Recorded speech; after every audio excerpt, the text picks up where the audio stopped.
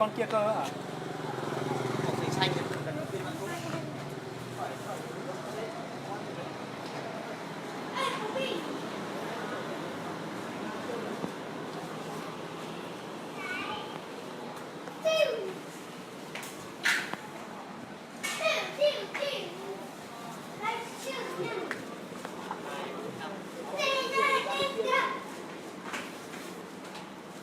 Con điện thoại em xuống anh ơi.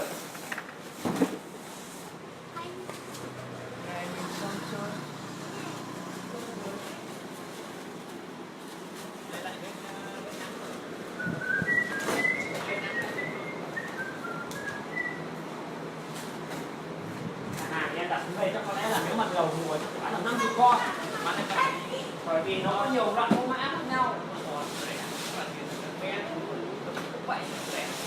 Hàng này về cái kiểu này đẹp này, kiểu này Đẹp.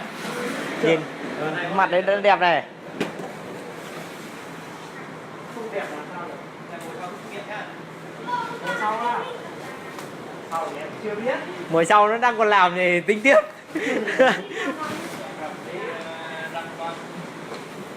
Ồ, con này đẹp này, con này đẹp vãi. Nó tung năng ngang à? Nó cũng năng đấy, còn đằng trong này. Con này hai con Con này. này đủ này. Lên. Có hai con giống nhau anh ơi.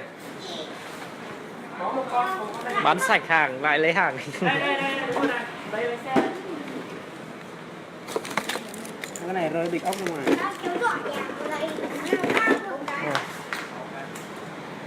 Mắt rượi.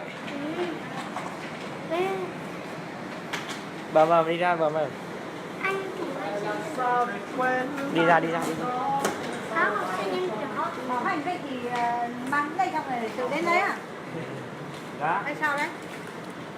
Những cái đơn giản cháu chỉ cho sửa đơn giản lắm. Cái này có cái gì đâu. Đấy, còn kiểu hợp đồng bảo hành cái gì này, bảo hành một năm nữa. Bảo hành 1 năm cả. Nhưng mà còn bảo hành thì mang Lên đây mang nào. mang để cho mua thôi. Cái cửa của anh phải lớn lên nói xong thì lúc đấy thì bảo hành thì cứ mãi thì cửa về thôi đấy. Nó mất uy tín. Bóc mấy mẫu kín nhà.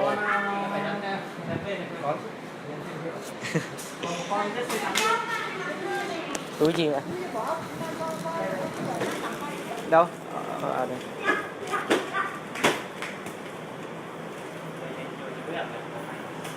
Rồi, nhiều cái đẹp hơn này. Nếu mà để xăng từ đầu đến giờ nhiều luôn.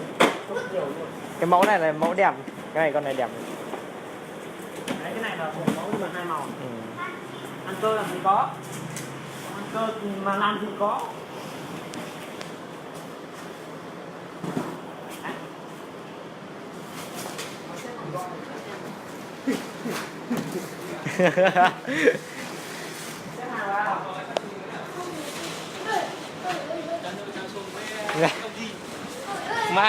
Mai cắt, mai thì cắt.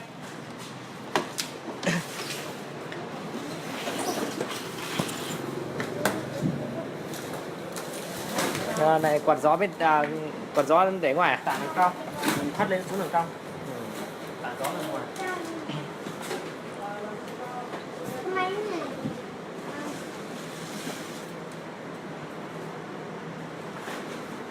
Ôi, nhìn cái này đẹp nữa này, dưới này, dưới cái khay ấy.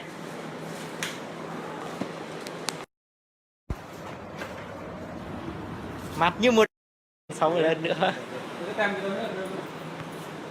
Còn nhà pháo là ta lại. Gắn khác.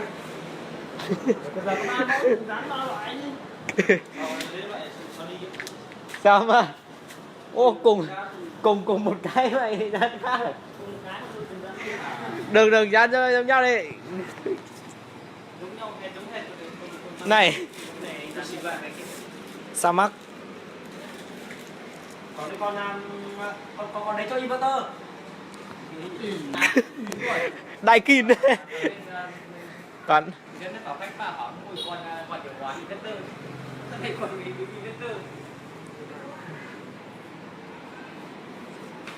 hãng gì cũng có, rẻ chất lượng.